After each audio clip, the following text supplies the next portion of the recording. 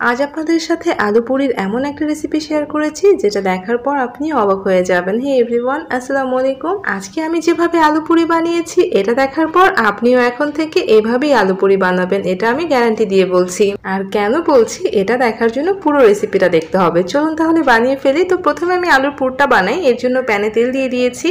তারপর সামান্য একটু 5 ফোড়ন আমি ফোড়ন দিলাম, আপনারা চাইলে এখানে আস্ত জিরাটা ফোড়ন দিতে পারেন। তারপর আধা চা চামচের মতো আমি দিয়েছি রসুন বাটা, মানে 1 চা চামচ দিলেই হবে। তো রসুন বাটা আর 5 ফোড়নটা কিছুক্ষণ ভেজে নিচ্ছি। যখনই এর থেকে খুব সুন্দর একটা স্মেল ছড়িয়ে পড়বে তখন আমি এর মধ্যে সামান্য একটু পেঁয়াজ দিচ্ছি, আর পেঁয়াজটাকে আমি নরম করে ভেজে নিচ্ছি।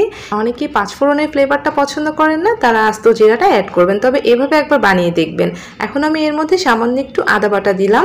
তো এভাবে যদি আপনি পুরটা বানান, পুরের মধ্যে একটা আচারি ফ্লেভার থাকবে যেটার কারণে পুরিটা খেতে অনেক ভালো লাগে। এখন আমি এখানে হলুদ গুঁড়া, সামান্য ধনিয়া, জিরা আর লবণ দিয়ে দিলাম, মানে ধনিয়া গুঁড়া, জিরার গুঁড়া, লবণ দিয়েছি। এখন এই সব কিছুকে একটু কষিয়ে নিয়ে সামান্য একটু পানি দিলাম যাতে মশলাটা পুড়ে না যায়। তো এখন আমি মশলাটাকে কষিয়ে নিয়েছি। তো মশলাটা খুব ভালো করে কষিয়ে নেওয়ার পর যখন পানিটা শুকিয়ে তেলটা উপরে উঠে আসবে সেই পর্যায়ে আমি আলু আর সামান্য একটু গাজর এভাবে ছোট ছোট টুকরো করে কেটে নিয়েছি, এটা আমি দিয়ে দিলাম। গাজর আপনারা ইচ্ছা করলে দিতে পারবেন, আবার নাও দিতে পারবেন। আমি সামান্য পরিমাণ গাজর দিয়েছি, আর আলু গাজরটা দেখতে পাচ্ছেন আমি একদম ছোট ছোট করে কেটে নিয়েছি। এখন আমি বেশ কিছুক্ষণ এটার মধ্যে কষিয়ে নিব, এতে করে আলুর পুরের ফ্লেভারটা অনেক ভালো হবে। তো 3-4 মিনিট কষিয়ে নিলেই হয়ে যাবে। 3-4 মিনিট আমি এভাবে কষিয়ে নিয়েছি। তো এখন আমি এর মধ্যে পানি দিয়ে দিচ্ছি, আর পানিটা দিয়ে এখন সিদ্ধ বসিয়ে দিব যাতে আলু আর গাজরটা ভালোভাবে সিদ্ধ হয়ে যেতে পারে। তো এই ফাঁকে আমি ডোটা বানিয়ে ফেলি। তো একটা বাটির মধ্যে আমি এখানে নিয়েছি 1.5 কাপ ময়দা। তো আপনারা আপনাদের পরিমাণ মতো নিয়ে নেবেন। তারপর এর মধ্যে আমি দিয়ে দিচ্ছি 1.5 টেবিল চামচ সয়াবিন তেল, মানে যে পরিমাণ ময়দা নিয়েছি সেই পরিমাণে তেল দিয়েছি। তারপর এখানে আমি লবণ দিয়েছি আধা চা চামচের মতো। এখন এই সব কিছুকে আমি ভালোভাবে হাত দিয়ে ময়ান দিয়ে নিব, কারণ ময়দা আর তেলটাকে ভালোভাবে মিশিয়ে নিতে হবে। এতটাই ভালোভাবে মেশাতে হবে যাতে ময়দার মধ্যে তেলের কোনো দলাভাব না থাকে, আর ময়দাটা মুঠো করলে যাতে একটা দলা পাকানো যায় ঠিক সেভাবেই কিন্তু ময়ানটা দিতে হবে।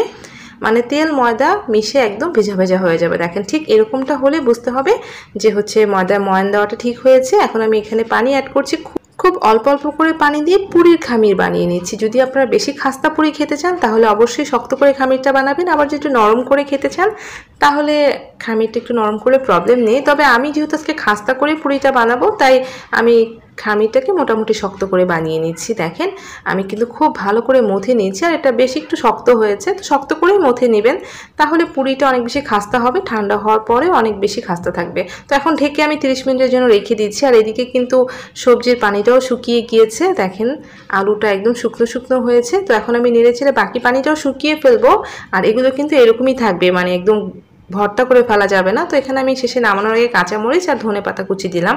যেহেতু এখানে আমি ঝাল দেইনি তাই কাঁচামরিচের পরিমাণটা একটু বেশি দিয়েছি, গুঁড়ামরিচ ইউজ করিনি। তো এভাবে কিছুক্ষণ মিক্সড করে নেওয়ার পর নামানোর আগে আমি এখন এর মধ্যে দিয়ে দিচ্ছি ভাজা মশলার গুঁড়া। আপনাদের কাছে থাকলে দিবেন, না থাকলে না দিলেও হবে। আপনারা চাইলে এখানে চাট মশলাও অ্যাড করতে পারেন, কারণ পুরটা টেস্টি হলে কিন্তু পুরিটা খেতে ভালো লাগবে। তো আমি এখন নামিয়ে ঠান্ডা করে নিয়েছি। আর এদিকে দেখেন ডোটা কতটা সফট হয়ে গিয়েছে। 20-30 মিনিট ঢেকে রাখলেই ডোটা সফট হয়ে যায়। আমি একটা প্লেটের মধ্যে সামান্য একটু তেল গ্রিস করে রেখে দিলাম।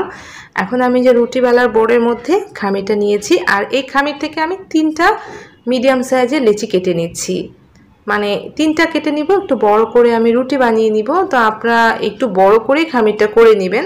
তো আমি একটা বড় খামির নিয়েছি, আর খামিরটাকে আমি ভালো করে হাত দিয়ে মথে নিয়ে গোল করে একটা হচ্ছে রুটি বেলে নিচ্ছি। খুব সামান্য পরিমাণে ময়দা আপনারা ছড়িয়ে দিতে পারেন রুটিটা বেলে নেওয়ার জন্য। তো একটু বড় করে রুটি বেলে নিব, আর রুটিটা আমরা সচরাচর যে রুটি খাই সেটার থেকে একটু মোটা করে বানাবো, একদম পাতলা করে বানিয়ে ফেলবো না, একটু মোটা রাখবো। মানে আমরা বাড়িতে যে রুটিটা বানাই তার থেকে একটু মোটা করব। আর রুটিটা অবশ্যই বড় করে বানিয়ে নেবেন। একটা রুটি বানিয়ে ফেলেছি, রুটিটা বেশ একটু মোটা করেই বানিয়েছি, আবার একদম পাতলা করিনি, আপনারা দেখলেই বুঝতে পারবেন। তো আমি দ্বিতীয় রুটিটাও বানিয়ে নিচ্ছি। আপনারা একসঙ্গে 3-4টা রুটি বানিয়ে নেবেন বড় করে, তাহলে কাজ করতে অনেক বেশি সুবিধা হবে। দেখেন ঠিক এরকম করে আমি রুটিটা বেলেছি। আর রুটিগুলো এক সমান করে বানালে ভালো হয়, আর যদি সবগুলো এক সমান নাও হয় তো যে রুটিটা ছোট সেটা নিচের দিকে দিব, আর যে রুটিটা বড় সেটা উপরের দিকে দিয়ে দিব। তবে চেষ্টা করবেন যাতে কাছাকাছি হয় সবগুলো রুটি। দেখেন আমি কিন্তু খুব বেশি ছোট বড় হয়নি, তো একটু এদিক ওদিক হলে সমস্যা নেই। তো যে রুটিটা ছোট সেটা আমি নিচে দিয়েছি। এখন আমি এরকম একটা স্টিলের বাটি নিয়েছি একটু বড় সাইজের, আপনাদের কাছে ছোট সাইজ হলে আপনারা ছোট সাইজ নিতে পারেন বা স্টিলের গ্লাসও নিতে পারেন। তো এটা দিয়ে আমি প্রথমে একটু দাগ কেটে নিচ্ছি। একটু আলতো করে দাগ কেটে নিয়েছি, খুবই আলতো করে। এই জন্য দেখেন এই দিকটা কিন্তু আমি খুব সুন্দরভাবে সেট করে নিয়েছি। একদম শেষ মাথা পর্যন্ত দাগ কেটে নেবেন না। তারপরে যে পুরটা বানিয়েছি, ঠান্ডা করে নিয়েছি, সেই পুরটা একটু বেশি করেই দিবেন। পুরটা বেশি কম দিবেন না, তাহলে কিন্তু পুরিগুলো খুব বেশি ভালো হতে চায় না, একটু বেশি করে দিবেন।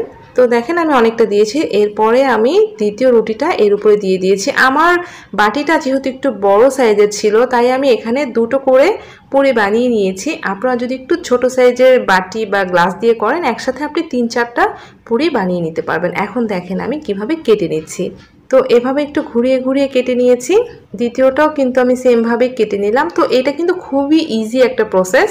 তো আপনারা ছোট পুরি চাইলে ছোট করে গ্লাস দিয়ে কেটে বানাতে পারেন, বা ছোট কুকি কাটার দিয়েও আপনারা কেটে নিতে পারেন। আর আমার মতো যেরকম বড় বড় করে আলু পুরি বানাতে চান, তাহলে এভাবে বানিয়ে নিতে পারেন। এখন দেখেন আমি কি করছি, এগুলোকে আমি খুব সাবধানে তুলে নিচ্ছি। আর এই সাইডগুলোকে একটু হাত দিয়ে লাগিয়ে দিব, যাতে ভাজার সময় খুলে না যায়। যদিও এটা খুলে যাবে না, তারপর একটু হাত দিয়ে চেপে চেপে দিচ্ছি যাতে রিস্ক না হয়ে যায়। তো দেখেন একসাথে কিন্তু আপনি অনায়াসে 2-3টা করে আলু পুরি বানিয়ে নিতে পারবেন।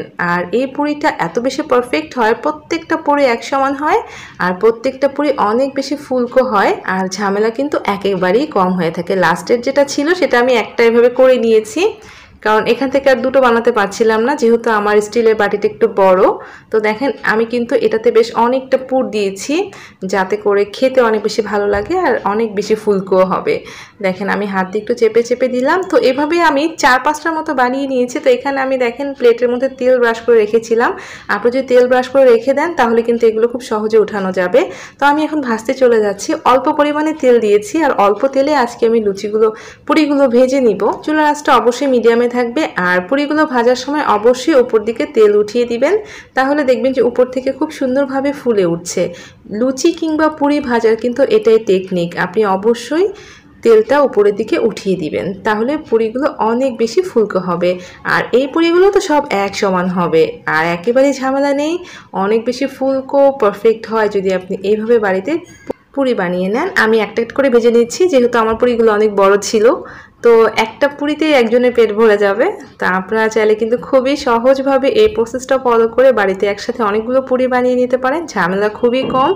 হোপসো আপনাদের কাছে অনেক ভালো লাগবে। আমি কিন্তু সবগুলো এভাবে একটা একটা করে ভেজে নিচ্ছি, আর যতক্ষণ এরকম সুন্দর একটা কালার হচ্ছে আর এরকম পারফেক্টভাবে মুচমুচে হচ্ছে, ততক্ষণ আমি ভেজে নিয়েছি। দেখেন তৈরি হয়ে গেল দারুণ মজার ফুলকো পারফেক্ট আলু পুরি। সবগুলো এক সমান হয়েছে, আর সবগুলো এরকম ফুলে বলের মতো হয়ে গিয়েছে, একটাও কিন্তু মিস হবে না, সবগুলো এভাবে ফুলে যাবে। দেখেন ভিতরটা কি দারুণ লাগছে, খেতেও কিন্তু একদমই অসাধারণ। আপনারা একবার হলো বাড়িতে এটা বানিয়ে দেখবেন, আশা করছি আপনাদের কাছে অনেক অনেক ভালো লাগবে। যদি ভালো লাগে প্লিজ আমার রেসিপিটাতে লাইক দিতে ভুলবেন না, অবশ্যই কমেন্ট করে জানাবেন কেমন লেগেছে। আর এমন নতুন নতুন সহজ রেসিপি পাওয়ার জন্য অবশ্যই চ্যানেলটা সাবস্ক্রাইব করে আমার সাথেই থাকবেন। সবাই ভালো থাকবেন, আল্লাহ হাফেজ।